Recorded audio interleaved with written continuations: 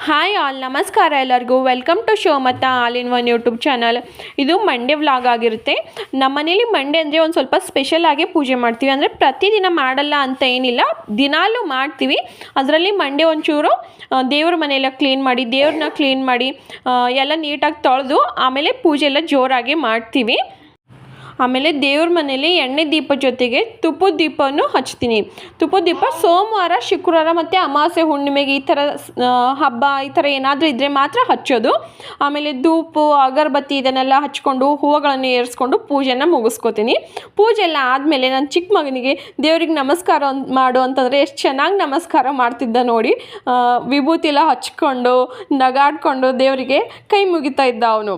ಇನ್ನು ಪೂಜೆ ಎಲ್ಲ ಆದಮೇಲೆ ಇವತ್ತಿನ ಊಟಕ್ಕೆ ಸೊಪ್ಪು ಸಾರು ಮತ್ತು ಕಾಜು ಪನ್ನೀರ್ ಮಸಾಲ, ಚಪಾತಿ, ಅನ್ನ ಮಾಡ್ಕೋತಾ ಇದ್ದೀನಿ. ನನ್ನ ಹಸ್ಬೆಂಡು ಮತ್ತು ಮಗ 8 ಗಂಟೆಗೆಲ್ಲ ಮನೆಯಿಂದ ಹೊರಡಬೇಕಾಗಿತ್ತು. ಅದಕ್ಕೆ ಬೇಗ ಕೆಲಸ ಆಗಬೇಕು ಅಂತ ಬೇಗ ಮಾಡ್ಕೊಳ್ಳೋಷ್ಟೊತ್ತಿಗೆ ಪೂರ್ತಿ ವೀಡಿಯೋನ ಕ್ಯಾಪ್ಚರ್ ಮಾಡ್ಕೊಳ್ಳೋಕ್ಕಾಗಿಲ್ಲ. ಎಷ್ಟಾಗುತ್ತೋ ಅಷ್ಟು ಮಾಡ್ಕೊಂಡಿದ್ದೀನಿ. ಸೊಪ್ಪು ಸಾರದಂತೂ ಎಷ್ಟು ಮಾಡ್ಕೊಂಡಿಲ್ಲ, ಅದು ಕಂಪ್ಲೀಟಾಗಿ ಹಾಗೆ ಮುಗ್ದೋಗಿದೆ. ಆಮೇಲೆ ಈ ಕಡೆ ಕಾಜು ಪನ್ನೀರ್ ಮಸಾಲಾನ ಮಾಡ್ಕೊತಾ ಇದ್ದೀನಿ. ಮೊದಲಿಗೆ ಒಂದು ಬಾಣಲೆ ಇಟ್ಕೊಂಡು ಅದು ಬಿಸಿ ಆದಮೇಲೆ ಅದಕ್ಕೆ ಸಾಸಿವೆ ಜೀರಿಗೆ ಹಾಕ್ಕೊಂಡು, ಸಾಸಿವೆ ಜೀರಿಗೆ ಚಟಪಟ ಅಂದ ತಕ್ಷಣ ಒಂದು ಸ್ವಲ್ಪ ಕರಿಬೇವು ಮತ್ತು ಒಂದು ಈರುಳ್ಳಿನ ಹಾಕ್ಕೊಂಡು ಅದೊಂದು ಸ್ವಲ್ಪ ಬಾಡಿಸ್ಕೊಂಡು ಆದಮೇಲೆ ಅದಕ್ಕೆ ಮಸಾಲೆ ಸೇರಿಸ್ಕೊತಾ ಇದ್ದೀನಿ.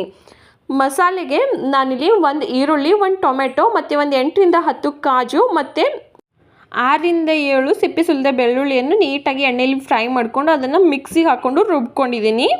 ಅದನ್ನೆಲ್ಲ ಇವಾಗ ಇದಕ್ಕೆ ಸೇರಿಸ್ಕೊಂಡು ನೀಟಾಗಿ ನೀರನ್ನ ಸೇರಿಸ್ಕೊಳ್ಳೋದೆ ಎಣ್ಣೆಲಿ ಫ್ರೈ ಮಾಡ್ಕೋಬೇಕು. ಈ ಮಸಾಲೆಯಲ್ಲಿ ಎಣ್ಣೆ ಪೂರ್ತಿ ಬಿಡೋ ಥರ ಆಗಬೇಕು. ಮಸಾಲೆಯಲ್ಲಿ ಎಣ್ಣೆ ಪೂರ್ತಿ ಬಿಟ್ಕೊಂಡ್ರೆ ನಮ್ಮ ಮಸಾಲೆಯಲ್ಲೇ ಚೆನ್ನಾಗಿ ಬೈಕೊಂಡಿದೆ ಅಂತ ಆಗುತ್ತೆ. ಆಮೇಲೆ ಇದಕ್ಕೇ 1 ಸ್ಪೂನು ಅಚ್ಚ ಖಾರದ ಪುಡಿ, ರುಚಿಗೆ ತಕ್ಕಷ್ಟು ಉಪ್ಪು ಮತ್ತು ಒಂದು ಸ್ವಲ್ಪ ಅರಿಶಿನ, ಒಂದು ಸ್ವಲ್ಪ ಧನಿಯಾ ಪುಡಿ, ಒಂದು ಸ್ವಲ್ಪ ಜೀರಿಗೆ ಪುಡಿ ಮತ್ತೊಂದು ಸ್ವಲ್ಪ ಗರಂ ಮಸಾಲೆ ಮತ್ತು 1 ಸ್ಪೂನು ಕಡಲೆ ಹಿಟ್ಟನ್ನು ಹಾಕ್ಕೊಂಡು ನೀಟಾಗಿ ಮಿಕ್ಸ್ ಮಾಡ್ಕೊತಾ ಇದ್ದೀನಿ. ಕಡಲೆ ಹಿಟ್ಟು ನಮ್ಮ ಮಸಾಲೆ ಎಲ್ಲ ಗಟ್ಟಿಯಾಗಿ ಹಿಡ್ಕೊಳ್ಳುತ್ತೆ, ಅಂದರೆ ನೀರು ಥರ ಆಗಲ್ಲ.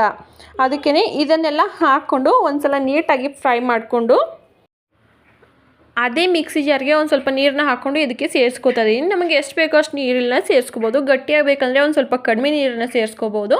ಆಮೇಲೆ ತೆಳುವಾಗಬೇಕಂದ್ರೆ ಒಂದು ಸ್ವಲ್ಪ ಜಾಸ್ತಿ ನೀರನ್ನ ಸೇರಿಸ್ಕೋಬೇಕಿಲ್ಲಿ.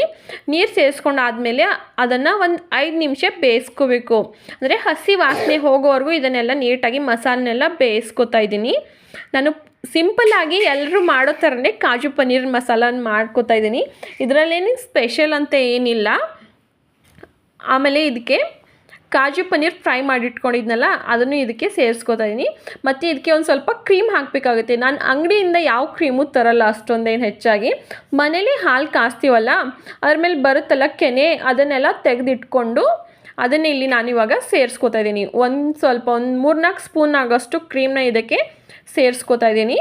ಮತ್ತು 1-2 ಸ್ಪೂನ್ ಆಗೋಷ್ಟು ಕಸೂರಿ ಮೇಥಿಯನ್ನು ಇದಕ್ಕೆ ಸೇರಿಸ್ಕೊಂಡು ಕೊನೆಯಲ್ಲಿ ಒಂದು ಸ್ವಲ್ಪ ಕೊತ್ತಂಬರಿಯನ್ನು ಸೇರಿಸ್ಕೊಂಡು ಒಂದು 5 ನಿಮಿಷ ಬೇಯಿಸ್ಕೊಂಡ್ರೆ ಮುಗ್ದೋಯ್ತು.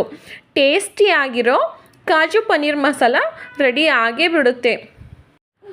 ಕಾಜು ಪನ್ನೀರ್ ಮಸಾಲ ಅನ್ನ, ಚಪಾತಿ, ರೊಟ್ಟಿ ಎಲ್ಲರ ಜೊತೆನೂ ಸೂಪರ್ ಆಗಿರೋ ಕಾಂಬಿನೇಷನ್ ಆಗಿರುತ್ತೆ. ಕ್ರೀಮಿಯಾಗಿ ಕಾಜು ಪನ್ನೀರ್ ಎಲ್ಲ ಬಾಯಿಗೆ ಬರ್ತಾಯಿದೆ, ಸೂಪರಾಗಿ ಟೇಸ್ಟ್ ಕೊಡುತ್ತೆ. ನಾನು ಇದ್ರ ಜೊತೆ ಚಪಾತಿಯನ್ನು ಮಾಡ್ಕೊತಾ ಇದ್ದೀನಿ.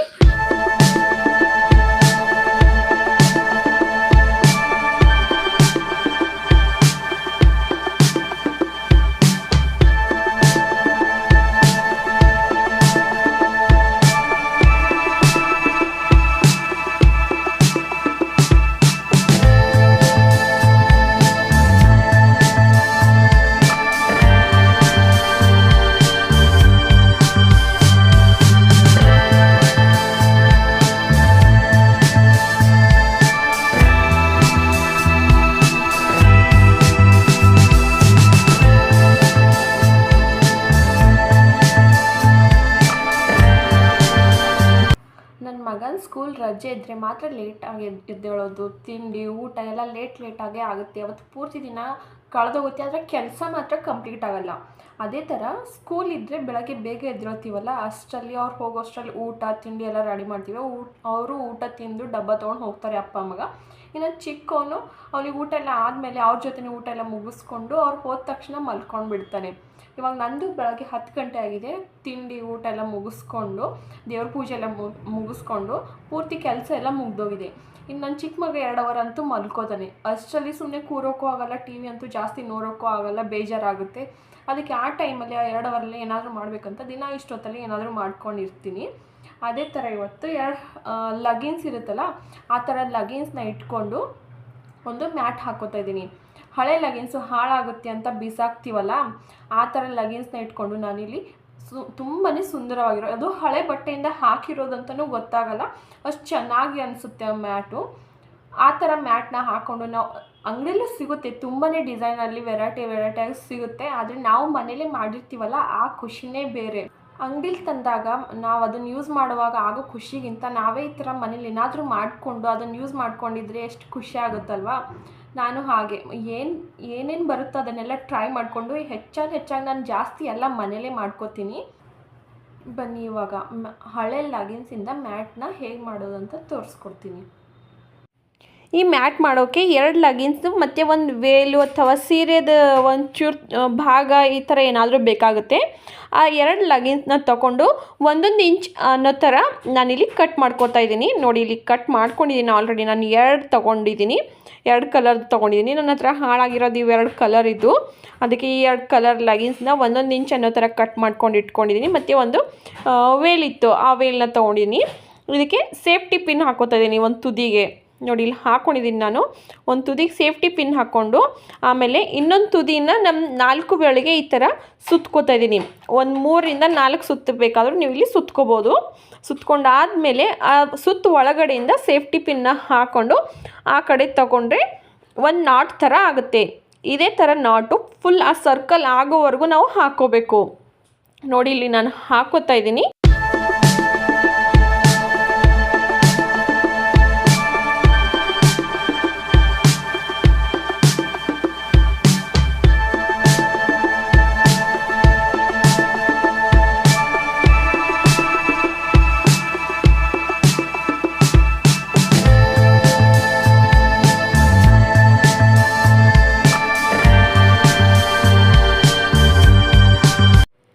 ಇಲ್ಲಿ ಇವಾಗ ಒಂದು ಸುತ್ತು ಕಂಪ್ಲೀಟ್ ಆಯಿತು. ಅದೇ ಥರ ನಾಟ್ ಹಾಕ್ಕೊಂಡು ಆಮೇಲೆ ಮೇಲೆ ಇವಾಗ 2ನೇ ಸುತ್ತನ್ನು ಹಾಕೋತಾ ಇದ್ದೀನಿ. ಆ 2 ನಾಟ್ಗಳ ಮಧ್ಯೆ ಗ್ಯಾಪ್ ಇರುತ್ತಲ್ಲ, ಅವೆರಡರ ಸೆಂಟರ್ ಸೇಫ್ಟಿ ಪಿನ್ನ ಹಾಕ್ಕೊಂಡು ಮತ್ತೆ ಇನ್ನೊಂದು ಸರ್ಕಲ್ನ ನಾವಿಲ್ಲಿ ಕಂಪ್ಲೀಟ್ ಮಾಡ್ಕೋಬೇಕಾಗುತ್ತೆ. ನೋಡಿ, ಇಲ್ಲಿ ನಾನು ಮಾಡ್ಕೋತಾ ಇದ್ದೀನಿ.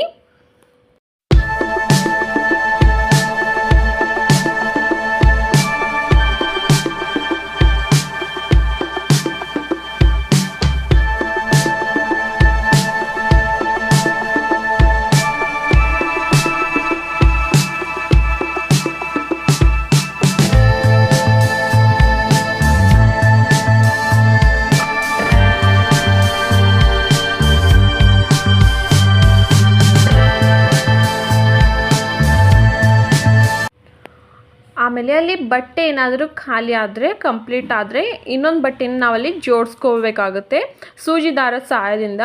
ನಿಮಗೆ ಯಾವ ಥರ ಬರುತ್ತೋ ಆ ಥರಲ್ಲಿ ನಾವು ಸ್ಟಿಚಸ್ನ ಹಾಕ್ಕೊಂಡು ಜೋಡಿಸ್ಕೋಬೋದು. ನಾನು ಅಷ್ಟೊಂದೇನು ಪರ್ಫೆಕ್ಟ್ ಅಲ್ಲ ಹೊಲಿಯೋದ್ರಲ್ಲಿ. ನನಗೆ ಯಾವ ಥರ ಬರುತ್ತೋ ಆ ಥರಲ್ಲಿ ನಾನು ಹೊಲ್ಕೊಂಡು 2 ಬಟ್ಟೆನ ಜೋಡಿಸ್ಕೊತಾ ಇದ್ದೀನಿ. ಆಮೇಲೆ ಜೋಡಿಸ್ಕೊಂಡು ಆದಮೇಲೆ ಆ ರೌಂಡ್ನ ಕಂಪ್ಲೀಟ್ ಮಾಡ್ಕೋತಾ ಇದ್ದೀನಿ.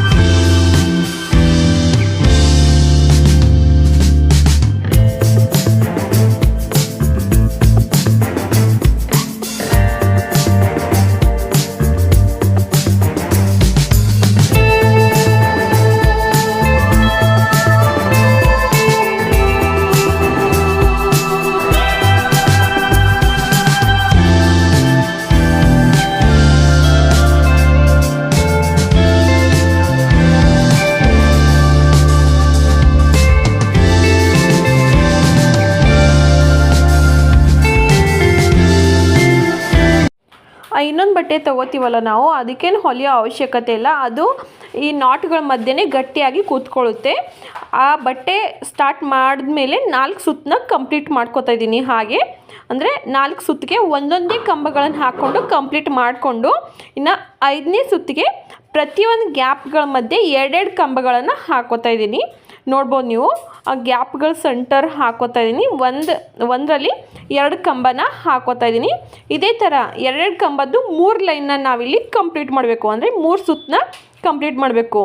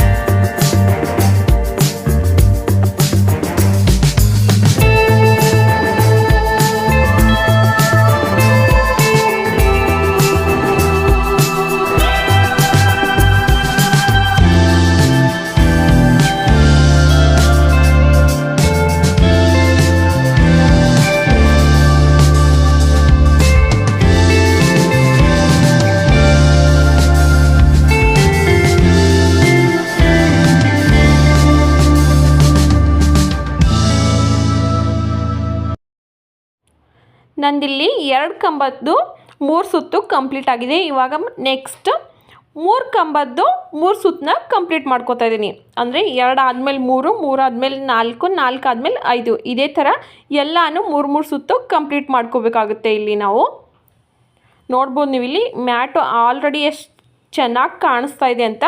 ನಾವು ಯಾವ ಕಲರ್ ಬಟ್ಟೆ ಆದರೂ ತೊಗೋಬೋದು ಇಲ್ಲಿ, ಅಂದರೆ ಲೆಗಿನ್ಸು ಬಟ್ಟೆ ಏನು ಬೇಕಾದರೂ ತೊಗೋಬೋದು ಇಲ್ಲಿ. ಆ ಕಲರ್ ಕಾಂಬಿನೇಷನ್ ಚೆನ್ನಾಗಿ ಕಾಣಿಸಿದ್ರೆ ಇನ್ನೂ ಸಖತ್ತಾಗಿ ಕಾಣಿಸುತ್ತೆ. ಆಮೇಲೆ ನಾವು ಈ ಮ್ಯಾಟ್ ಹಾಕುವಾಗ ಬಟ್ಟೆಗಳನ್ನ ಜೋಡಿಸೋಕೆ ಸೂಜಿ ದಾರ ತೊಗೋತೀವಲ್ಲ, ಆ ಬಟ್ಟೆ ಯಾವ ಕಲರ್ ಇರುತ್ತೋ ಅದೇ ಕಲರ್ ದಾರನ ತೊಗೋಬೇಕಿಲ್ಲಿ. ನಾನಿಲ್ಲಿ ವೈಟ್ ಕಲರ್ ದಾರದಿಂದ ಸ್ಟಿಚ್ ಮಾಡ್ಕೋತಾ ಇದ್ದೀನಲ್ಲ, ಅಲ್ಲಲ್ಲಿ ಒಂದು ಸ್ವಲ್ಪ ದಾರಗಳು ಕಾಣಿಸ್ತಾ ಇದೆ. ಆ ಥರ ಕಾಣಿಸ್ಬಾರ್ದಂದ್ರೆ ನೀವು ಇಲ್ಲಿ ಯಾವ ಕಲರ್ ಬಟ್ಟೆ ಇರುತ್ತಲ್ಲ ಅದೇ ಕಲರ್ ದಾರನ ತೊಗೊಂಡು ಸ್ಟಿಚ್ ಮಾಡಿಕೊಂಡ್ರೆ ಆ ಕಲರ್ ದಾರ ಕಾಣಿಸಲ್ಲ, ಮ್ಯಾಟು ತುಂಬಾ ಸುಂದರವಾಗಿ ಕಾಣಿಸುತ್ತೆ. ಈ ನಾಟ್ನ ಎಳೆಯುವಾಗ ನೀವು ತುಂಬಾ ಜೋರಾಗಿ ಎಳಿಬಾರ್ದು, ಯಾಕಂದರೆ ತುಂಬಾ ಜೋರಾಗಿ ಎಳೆದ್ರೆ ಅದು ಟೋಪಿ ಮತ್ತು ಬುಟ್ಟೆ ಇರುತ್ತಲ್ಲ ಆ ಥರ ಆಗೋಗುತ್ತೆ. ಅಂದರೆ ಜೋರಾಗಿ ಎಳೆದ್ರೆ ಆ ಥರ ಆಗುತ್ತೆ. ನೀಟಾಗಿ ನಮಗೆ ಎಷ್ಟು ಬೇಕೋ ಅಷ್ಟೇ ಎಳ್ಕೊಂಡು ಹೋದರೆ ಆ ಥರ ಏನಾಗಲ್ಲ. ನಂದು ಆ ಥರ ಆಗಿರಲಿಲ್ಲ, ನೀಟಾಗಿ ಬರ್ತಾಯಿತ್ತು. ನೋಡ್ಬೋದು ನೀವು ಇಲ್ಲಿ ಎಷ್ಟು ಚೆನ್ನಾಗಿ ಕಾಣಿಸ್ತಾ ಇದೆ ಅಂತ. ಇದು ಮನೇಲೇ ಮಾಡಿರೋ ಅಂಥ ಮ್ಯಾಟು ಅನಿಸೋದಿಲ್ಲ, ಎಲ್ಲಾದರೂ ಆಚೆಯಿಂದ ತಂದಿರೋ ಥರ ತುಂಬಾ ಚೆನ್ನಾಗಿರೋ ಡಿಸೈನ್ ಬರುತ್ತೆ. ಆಮೇಲೆ ಆಚೆ ತಂದಿರೋದು ತುಂಬ ದಿನ ಬಾಳಿಕೆಗೆ ಬರೋಲ್ಲ. ಮನೇಲಾದರೆ ನಾವು ಎಷ್ಟು ಚೆನ್ನಾಗಿ ನೀಟಾಗಿ ಹಾಕೋತೀವಲ್ಲ ತುಂಬಾ ದಿನ ಬಾಳಿಕೆಗೆ ಬರುತ್ತೆ.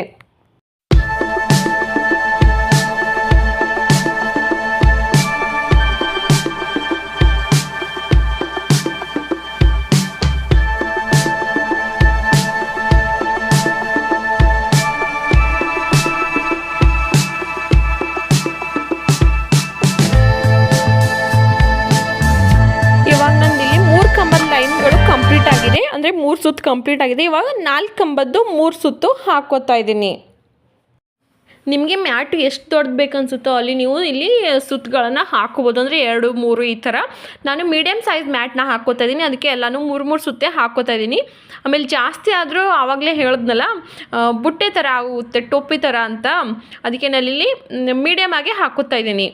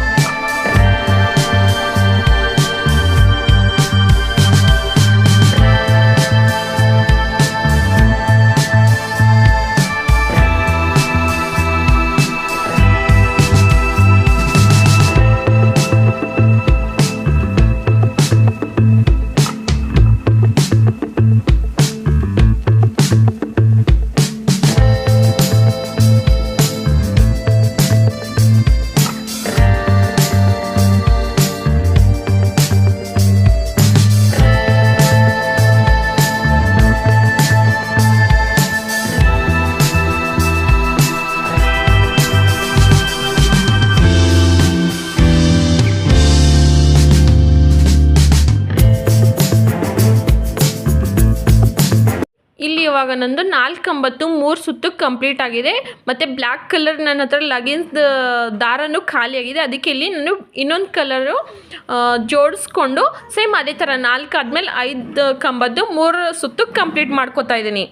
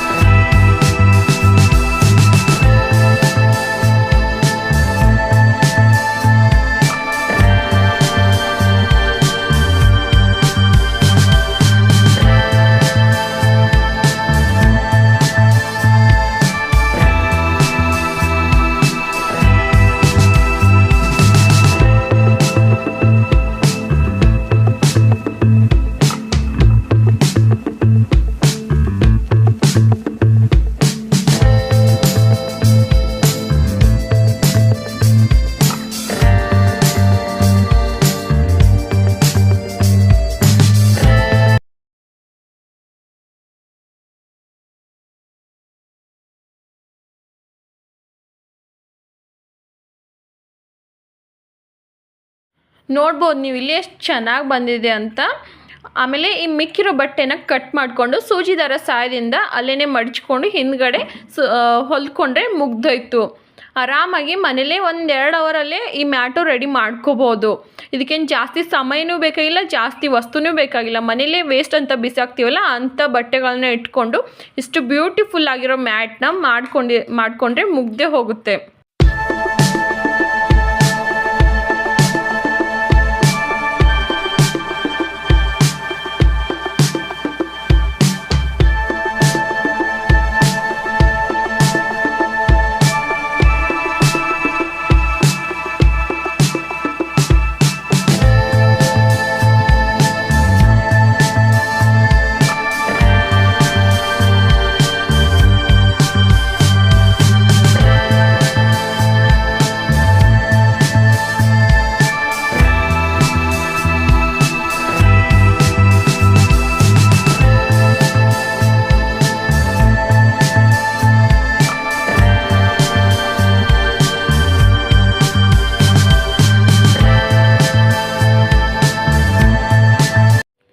ಈ ವಿಡಿಯೋ ನಿಮಗೆ ಇಷ್ಟ ಆದರೆ ದಯವಿಟ್ಟು ನನ್ನ ಚಾನಲ್ಗೆ ಲೈಕ್ ಮಾಡಿ, ಶೇರ್ ಮಾಡಿ ಮತ್ತು ಸಬ್ಸ್ಕ್ರೈಬ್ ಮಾಡಿ.